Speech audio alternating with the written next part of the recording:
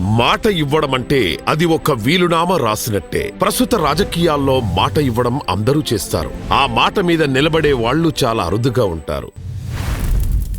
ఇటువంటి rare political లీడరే మన విద్యా ఐటీ శాఖల మంత్రి నారా లోకేష్. యువగళం పాదయాత్రలోనూ తనను ప్రజలు కలిసినప్పుడు మంగళగిరి నియోజకవర్గానికి ఆయన చాలా హామీలిచ్చారు. అవి ఒక్కొక్కటిగా అమలు చేసుకుంటూ వస్తున్నారు. కొన్ని లీగల్ సమస్యలున్నవి, దీర్ఘకాలంగా పరిష్కారం చేయలేని వాటి గురించి ఎవరైనా అడిగితే సాధ్యాసాధ్యాలు పరిశీలిస్తానని చెబుతారే కానీ చేస్తానని చెప్పరు యువనేత లోకేష్. మాట ఇస్తే 600 నెరవేర్చి తీరుతారు నారా లోకేష్ అని ప్రజలే చెబుతున్నారు.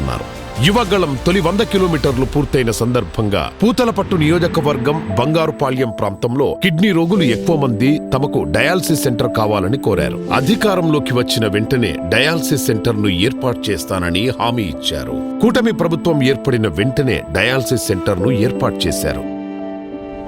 మంగళగిరి నియోజకవర్గంలో ఏళ్లుగా ప్రభుత్వ భూముల్లో నివాసముంటున్న వారికి ఇంటి పట్టాలు ఇస్తామని వాగ్దానం చేశారు. ప్రభుత్వం వచ్చిన వెంటనే పట్టాలిచ్చేందుకు ఎదురయ్యే సమస్యలను పరిష్కరించి వేలాది మందికి ఇళ్లకు పట్టాలు పంపిణీ చేశారు. యువగళం పాదయాత్రలో మరో హామీకి మంగళగిరి నియోజకవర్గంలో లోకేష్ అంకురార్పణ చేశారు. చిన్న కాకాని వద్ద 7.35 ఎకరాల్లో 52.20 కోట్ల వ్యయంతో 100 పడకల ఆస్పత్రికి శంకుస్థాపన చేశారు.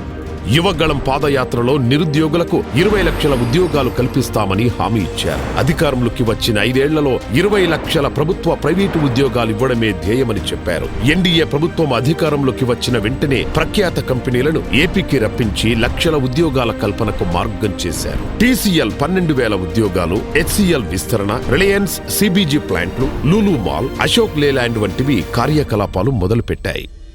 మెగా డిఎస్సి ఇస్తామని మాటిచ్చిన లోకేష్ తానే విద్యాశాఖ మంత్రిగా బాధ్యతలు చేపట్టడంతో ఆ హామీ నెరవేర్చే బాధ్యత కూడా తీసుకుని 16,367 ఉపాధ్యాయ ఉద్యోగాల భర్తీ కోసం నోటిఫికేషన్ విడుదల చేయించారు.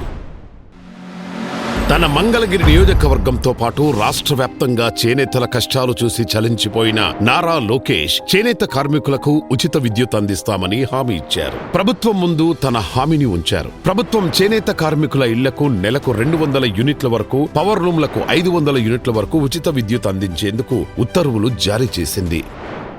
పాదయాత్రలో తనను కలిసిన విద్యార్థులు ఫీజు రియంబర్స్మెంట్ కష్టాలు విని చలించిపోయిన నారా లోకేష్ తాను అధికారంలోకి వస్తే బకాయిలు చెల్లించడంతో పాటు నేరుగా కాలేజీలకు ఫీజు చెల్లిస్తామని చెప్పారు. లోకేష్ హామీ మేరకు ఈ విద్యా సంవత్సరంలో ఇప్పటికే 788 కోట్ల ఫీజు రియంబర్స్మెంట్ బకాయిలు విడుదల చేశారు.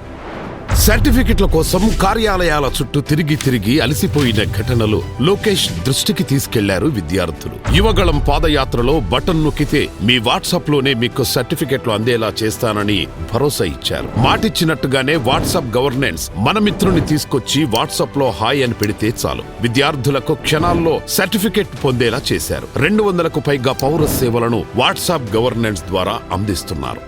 బోధనేతర పనులతో ఇబ్బంది పడుతున్నామని, యాప్ల భారం పెరిగిందని టీచర్లు లోకేష్ దృష్టికి తెచ్చారు. అధికారంలోకి వచ్చిన వెంటనే విద్యాశాఖ మంత్రి అయిన లోకేష్ పదుల సంఖ్యలో యాప్ల స్థానంలో సింగిల్ యాప్ తెచ్చారు. టీచర్లకు బోధనేతర పనులు తప్పించారు. బాత్రూమ్ ఫోటోలు తీసే బాధ్యతలను తీసేశారు. ఇచ్చిన మాట ఒక్కొక్కటిగా నెరవేర్చుతూ వెళుతున్న విద్యా ఐటీ శాఖల మంత్రి నారా లోకేష్ ప్రజలు ఆత్మీయ బంధువులా భావిస్తున్నారు.